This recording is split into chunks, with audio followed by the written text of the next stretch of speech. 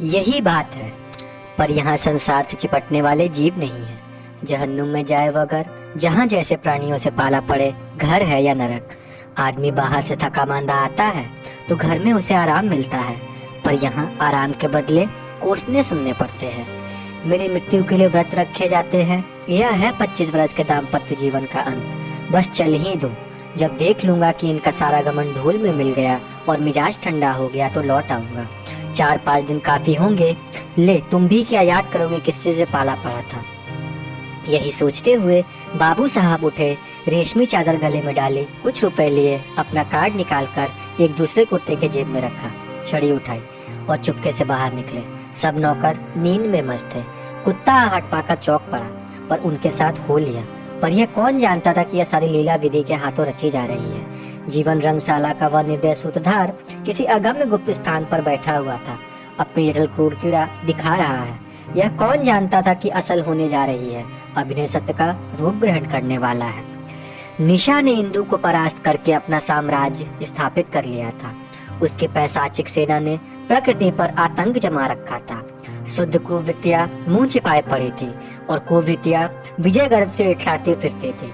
One में वन्य जंतु शिकार की खोज में विचर रहे थे और नगरों में नर पिचास गलियों में मंडलाते फिरते थे। बाबू उदय भानु लाल लपके हुए गंगा की ओर चले जा रहे थे। उन्होंने अपना कुर्ता घाट के किनारे रखकर 5 दिन के लिए मिर्जापुर चले जाने का निश्चय किया था। उनके कपड़े देखकर लोगों को उनके डूब जाने का विश्वास हो जाएगा। कार्ड कुर्ते की जेब में था, पता लगने में कोई दिक्कत न हो सकती थी। दम के दम में सारे शहर में खबर मशहूर हो जाएगी। 8 बजते बजते तो मेरे द्वार पर सारा समय शहर जमा हो जाएगा।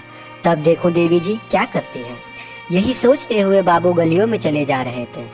सहसा उन्हें अपने पीछे किसी दूसरे आदमी की आने की आहट मिली। समझे कोई होगा, आगे बढ़े, लेकिन जिस गली में वह मुड़ते उसी तरफ वह आदमी भी मुड़ता था। तब तो बाबू को साहब को शंका हुई कि यह आदमी मेरा पीछा कर रहा है। ऐसा आभास हुआ कि इसकी नीयत साफ नहीं है। उन्होंने तुरंत जेबी लालटेन निकाली और उसके प्रकाश में उस आदमी को देखा। एक बलिष्ठ मनुष्य कंधे पर लाठी रख के चला आता था। बाबू साहब उसे देखते ही चौंक पड़े। यह शहर का छटा हुआ बदमाश था। 3 साल पहले उस पर डाके का अभियोग चला था। उदय भानु ने उस मुकदमे में सरकार की ओर से पैरवी की थी और इस बदमाश को 3 साल की सजा दिलाई थी। तभी से वह इनके खून का प्यासा हो रहा था। कल ही वह छूट कर आया था। आज दैवात बाबू साहब अकेले रात को दिखाई दिए तो उसने सोचा यह इनसे दाव चुकाने का अच्छा मौका है। ऐसा मौका शायद ही फिर कभी मिले।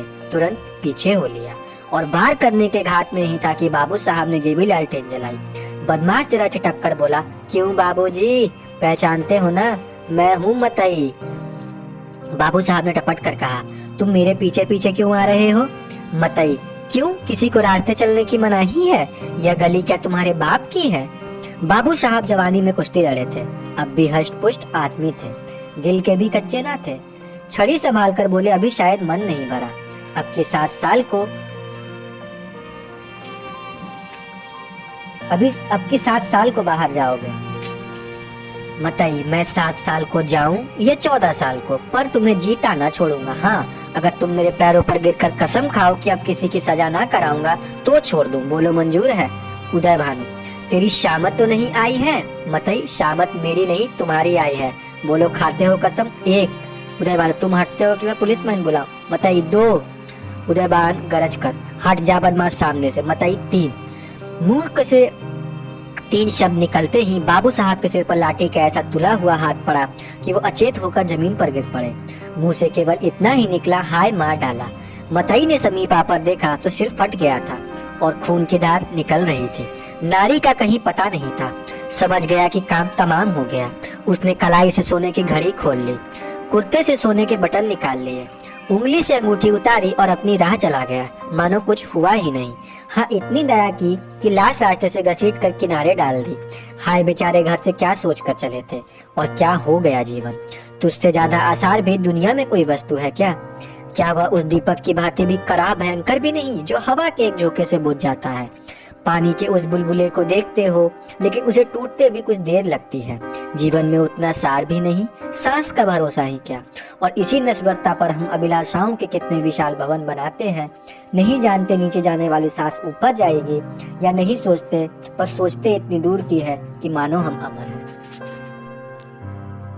तीसरे परिच्छेद में हमें सुनने को मिलता है, विधवा का विलाप और अनाथों का राना सुनाकर हम पाठकों को दिल न दुखाएंगे। जिसके ऊपर पड़ती है वह रोता है, विलाप करता है, पछाड़े खाता है। यह कोई नई बात नहीं। हाँ, अगर आप चाहे तो कल्याणी के उस घोर मानसिक यातना का अनुमान कर सकते हैं जो उसे इस विचार से हो रहा था कि मैं ही अपने प्राणधार की घातिका हूँ। वे वाक्य जो क्रोध के आवेश में उसके असंयत मुख से निकले थे, अब उसके हृदय को वाणी की भांति छेद रहे थे। अगर पति ने उसकी गोद में कराह करा कर प्राण त्याग किए होते तो उसे संतोष होता कि मैंने उनके प्रति अपने कर्तव्य का पालन किया। शोकाकुल हृदयों के लिए इससे ज़्यादा सांत्वना और किस बात से नहीं होती। उसे इस विचार से कितना संतोष होता है कि मेरे स्वामी मुझसे प्रसन्न हो गए। अंतिम समय तक उनके हृदय में मेरा प्रेम बना रहा। कल्याणी को यह संतोष ना था। वह सोचती, हाँ, मेरी 25 बरस की तपस्या निष्फल हो गई। मैं अंत समय में अपने प्राणपति के प्रेम से वंचित हो गई। अगर मैंने उन्हें ऐसे कठोर शब्द ना कहे होते तो वह कदापि रात को घर से बाहर न जाते। न जाने उनके मन में क्या क्या विचार आए हों। उनके मनोभावों की कल्पना करके और अपने अपराध को बढ़ा चढ़ाकर वह आठों पहर कुटती रहती थी। जिन बच्चों पर वह प्राण देती थी अब उनकी सूरत से चिढ़ती। इन्हीं के कारण मुझे अपने स्वामी से रार मोल लेनी पड़ी। यही मेरे शत्रु है। जहाँ आठों पैर कचहरी सी लगी रहती थी वहाँ अब खाक उड़ती थी। वह मेला ही उठ गया। जब खिलाने वाला ही ना रहा तो खाने वालों कैसे पड़े रहते। धीरे धीरे 1 महीने के अंदर सभी भांजे भतीजे विदा हो गए। जिनको दावा था कि हम पानी की जगह खून बहाने वालों में हैं, वह ऐसा सरपट भागे कि पीछे मिर कर फिर कभी ना देखा। दुनिया ही दूसरी हो गई। जिन बच्चों को देखकर प्यार करने को जी चाहता था उनके चेहरे पर अब मक्खियाँ भिनभिनाती थी। ना जाने वह कांति कहाँ चली गई। शोक का आवेग कम हुआ तो निर्मला के विवाह की समस्या उपस्थित हुई। कुछ लोगों की सलाह हुई कि विवाह इस साल रोक दिया जाए, लेकिन कल्याणी ने कहा इतनी तैयारियों के बाद विवाह को रोक देने से सब किया धरा मिट्टी में मिल जाएगा और दूसरे साल फिर ये तैयारियां करनी पड़ेगी जिसकी कोई आशा ना थी। विवाह कर ही देना अच्छा है, कुछ लेना देना तो है ही नहीं। बारातियों की सेवा सत्कार का काफ़ी सामान हो ही चुका है, विलम्ब करने में हानि ही हानि है।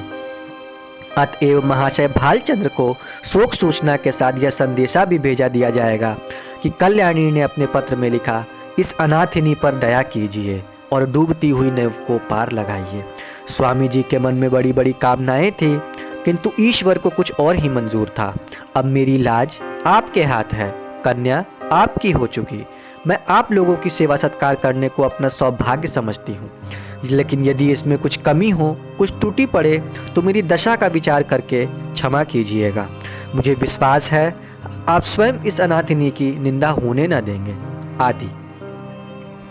कल्याणी ने यह पत्र डाक से न भेजा, बल्कि पुरोहित जी से कहा, आपको कष्ट तो होगा पर आप स्वयं जाकर यह पत्र दीजिए और मेरी ओर से बहुत विनय के साथ कहिएगा कि जितने कम आदमी आए उतना ही अच्छा, यहाँ कोई प्रबंध करने वाला नहीं है। पुरोहित मोटेराम ये संदेशा लेकर तीसरे दिन लखनऊ जा पहुँचे। संध्या का समय था। भाबू भालचंद्र दीवान खाने के सामने आराम कुर्सी पर नंग धड़ंग लेटे हुए हुक्का पी रहे थे। बहुत ही स्थूल ऊंचे कद के आदमी थे। ऐसा मालूम होता था कि काला देव है या कोई हफ्सी अफ्रीका से पकड़ कर आया है। सिर से पैर तक ही एक ही रंग था, काला। चेहरा इतना स्याह था कि मालूम ना होता था कि माता का अंत कहाँ है और सिर का आरंभ कहाँ। बस कोयले की एक सजीव मूर्ति थी। आपको तो गर्मी बहुत सताती थी। 2 आदमी खड़े पंखा जल रहे थे, उस पर भी पसीने का तार बंधा हुआ था। आप आबकारी के विभाग में एक ऊंचे अहदे पर थे। 500 वेतन मिलता था। ठेकेदारों से खूब रिश्वत लेते थे। ठेकेदार शराब के नाम पानी बेचे, 24 घंटे दुकान खुली रखे। आपको केवल खुश रखना काफ़ी था। सारा कानून आपकी खुशी थी। इतनी भयंकर मूर्ति थी कि चांदनी रात में उन्हें देखकर सहसा लोग चौंक पड़ते थे। बालक और स्त्रियां ही नहीं, पुरुष तक सहम जाते थे। चांदनी रात इसलिए कहा कि अंधेरी रात में तो उन्हें कोई देख ही ना सकता था। श्यामता अंधकार में विलीन हो जाती थी। केवल आंखों का रंग लाल था। जैसे पक्का मुसलमान 5 बार नमाज पढ़ता है, वैसे आप 5 बार शराब पीते थे। मुफ्त की शराब तो काजी को हलाल है। फिर आप तो शराब के अफसर ही थे, जितनी चाहे पिए, कोई हाथ पकड़ने वाला ना था।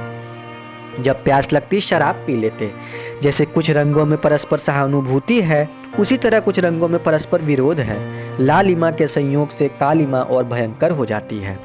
बाबू साहब ने पंडित जी को देखते ही कुर्सी से उठकर कहा, आहा, आप है, आइए आइए, धन्य भाग और कोई है। कहाँ चले गए सब के सब? झगड़ू, गुरदीन, छकौड़ी, भवानी, राम गुलाम, कोई है यहाँ? क्या सबके सब मर गए? चलो राम गुलाम, भवानी, छकौड़ी, गुरदीन, झगड़, कोई नहीं बोलता, सब मर गए।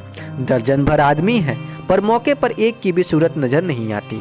न जाने सब कहाँ गायब हो जाते हैं। आपके वास्ते कुर्सी लाओ। बाबू साहब ने ये पांचों इनाम कई बार दोहराए, लेकिन यह न हुआ कि पंखा जलने वाले दोनों आदमियों से किसी को कुर्सी लाने को भेजते थे।